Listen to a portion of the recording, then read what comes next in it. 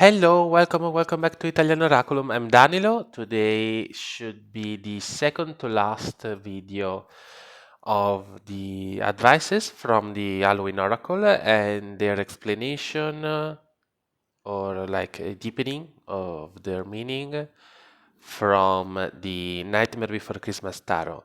So ask a question or take a breath and l- choose, feel which pile is more connected to you, more focused on your specific situation, on the topic you're asking about, which one speaks to you. And let's start. I think I want to go at the center first. As always, I apologize, but this cardstock is the finish is quite reflective, so I'll try to do my best. I see we have our advice as the spider. I believe this came up last time as well. So once again, for some of you, those of you who chose the pile in the middle, you need to work more and keep refining, keep adding, keep maintaining your web. The spider has a message of community and web weaving, which means building a community, building connections with people, and essentially use it as your support system, not as a trap for them, for the other people, and of course, not let yourself being trapped by another person's web. So, using the metaphor of the spider, build a home for other spiders like you and don't fail to secure your support system, your connections. Now, the tarot cards associated to better understand in your specific situation how you should do this. We have the Two of Candles, which is the suit of Wands for this deck, and the Three of Presents, which is the suit of Pentacles. So essentially, you have to find like-minded people, people with the same objective, with the same drive, with the same projects, the same passions, and build with them something. So we are talking about a collaboration which needs to bring results. You need to better your connection with these people and maintain your connection with these people so that you can always rely on each other. You yourself can rely on different people for different projects and bring different results. First results, it's a 3, not a higher number, but I specifically associated the threes as a, a turning point, a first meaningful and possibly stable step in the right direction. So, whether it is a work collaboration, a passion project, whether it is your ultimate desire to build a family, or you are already in a relationship, what is what is needed is a communion of intent and the work to bring the result practically. Again, web weaving, connection, building, community, as the card says. Now, between the other two piles, the left and right one. I am choosing the left one. So let's see. Our oracle card is the lamp. Remembrance. So we see a old-timey sort of oil lantern, and here we see a jack-o'-lantern in this window. Again, this is the Halloween oracle, so it could be easily connected to remembering someone that's gone and lighting a light to make their way clearer, to signal them our presence, to facilitate them in reaching us, to give us a message, to give us help, advice. Of course, it could be a remembrance of who you used to be and lighting the lamp to better understand it, to shed light on your past and how your past has shaped you.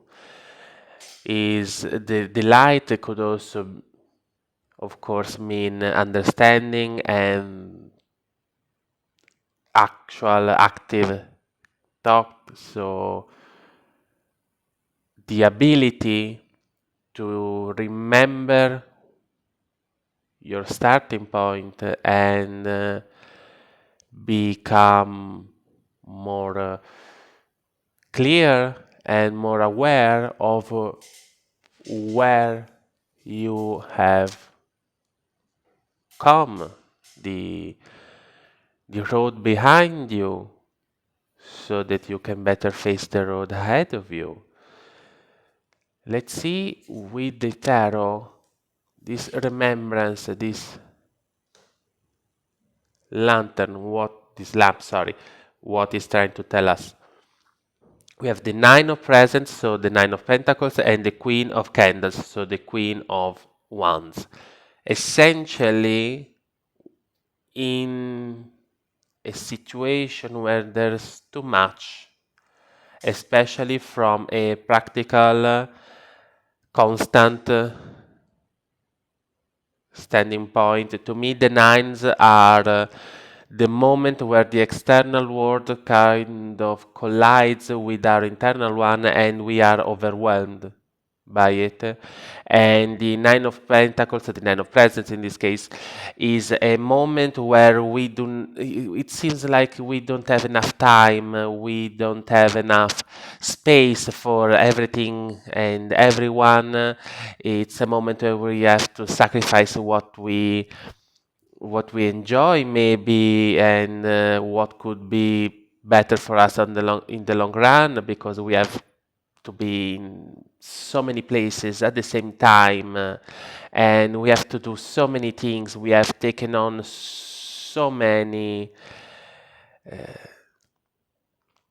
projects, so many things, so many habits to keep up, to engage in, and of course people could take advantage of us in this situation, could take for granted that we are going to deal with everything instead of trying to lessen our lighten the weight on us.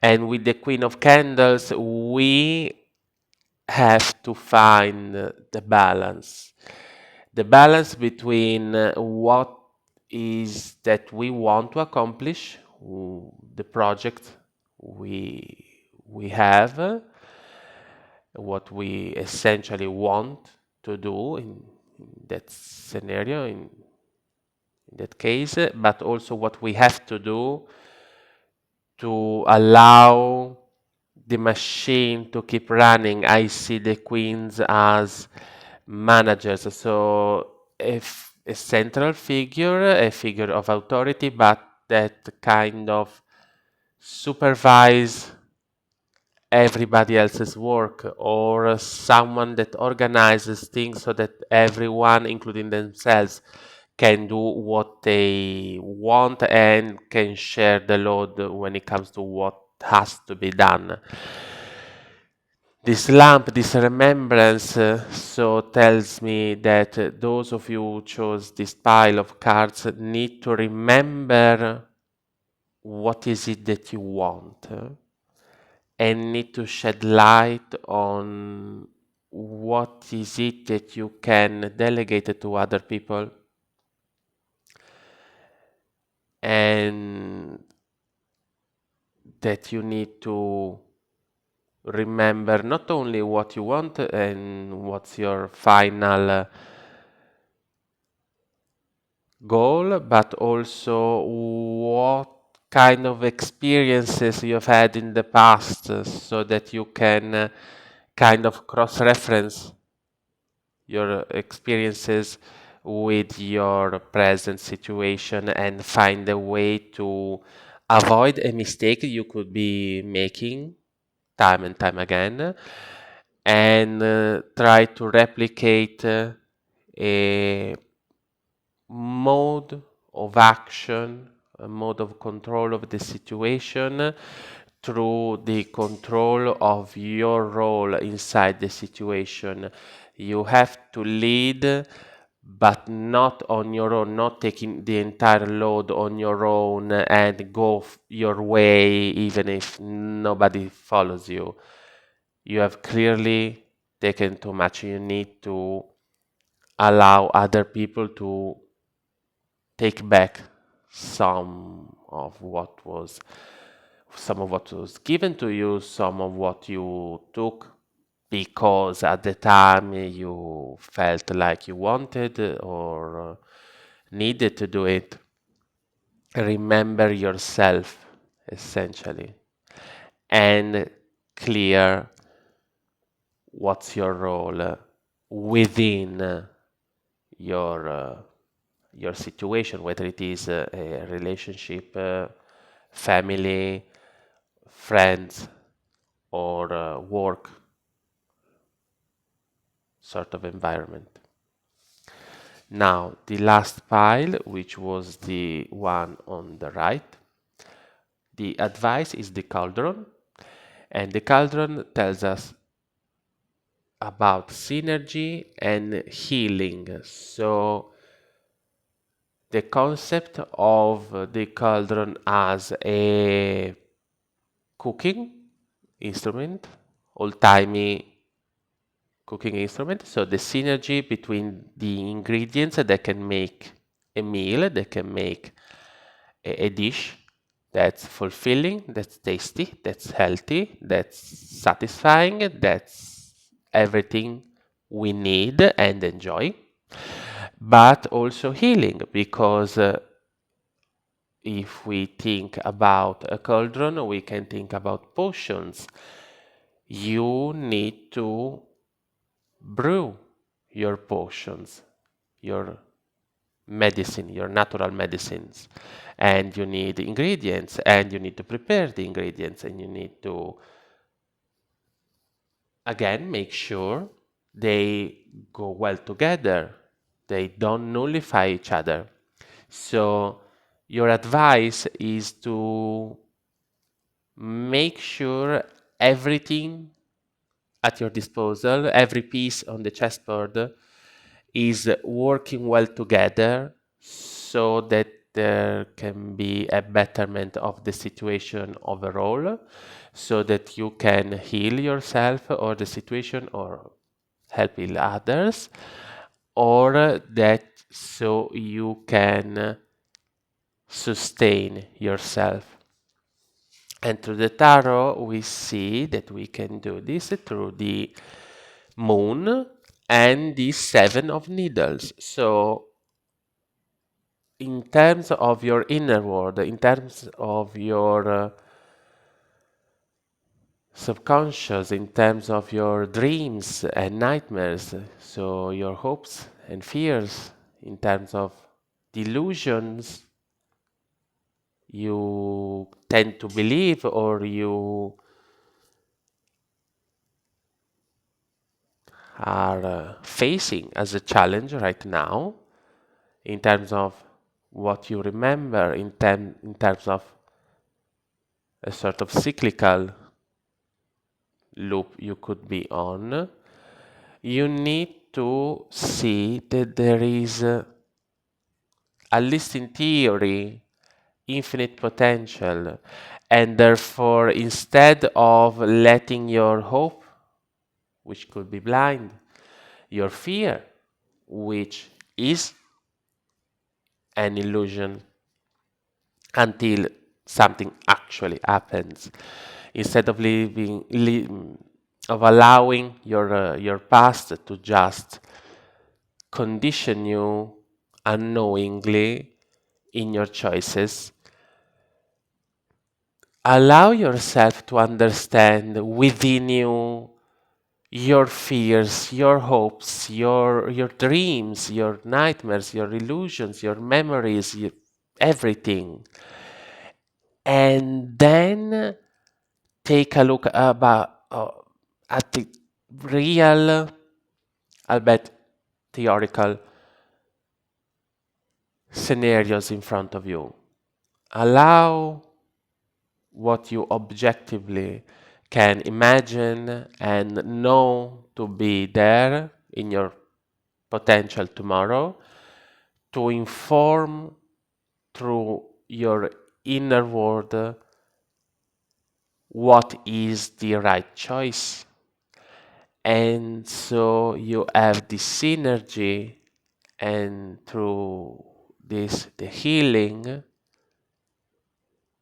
of your inner world, of your own subjective reality, and what is actually possible, the objective reality. Essentially, this is an advice for everyone who is kind of contemplating their future and is frightened, or could maybe make a choice based on naivety, or at least a naive sort of hope. And the advice tells you that you can better your situation, you can achieve your goal, you can brew your potion, you can prepare your meal in your cauldron, but you need to understand your cauldron and your ingredients. So you need to know what is possible, allow truly your inner workings, psychologically, emotionally, spiritually, to inform you which of these outcomes, which of these chances, which of these choices, which of these people, whatever it is, that you really want.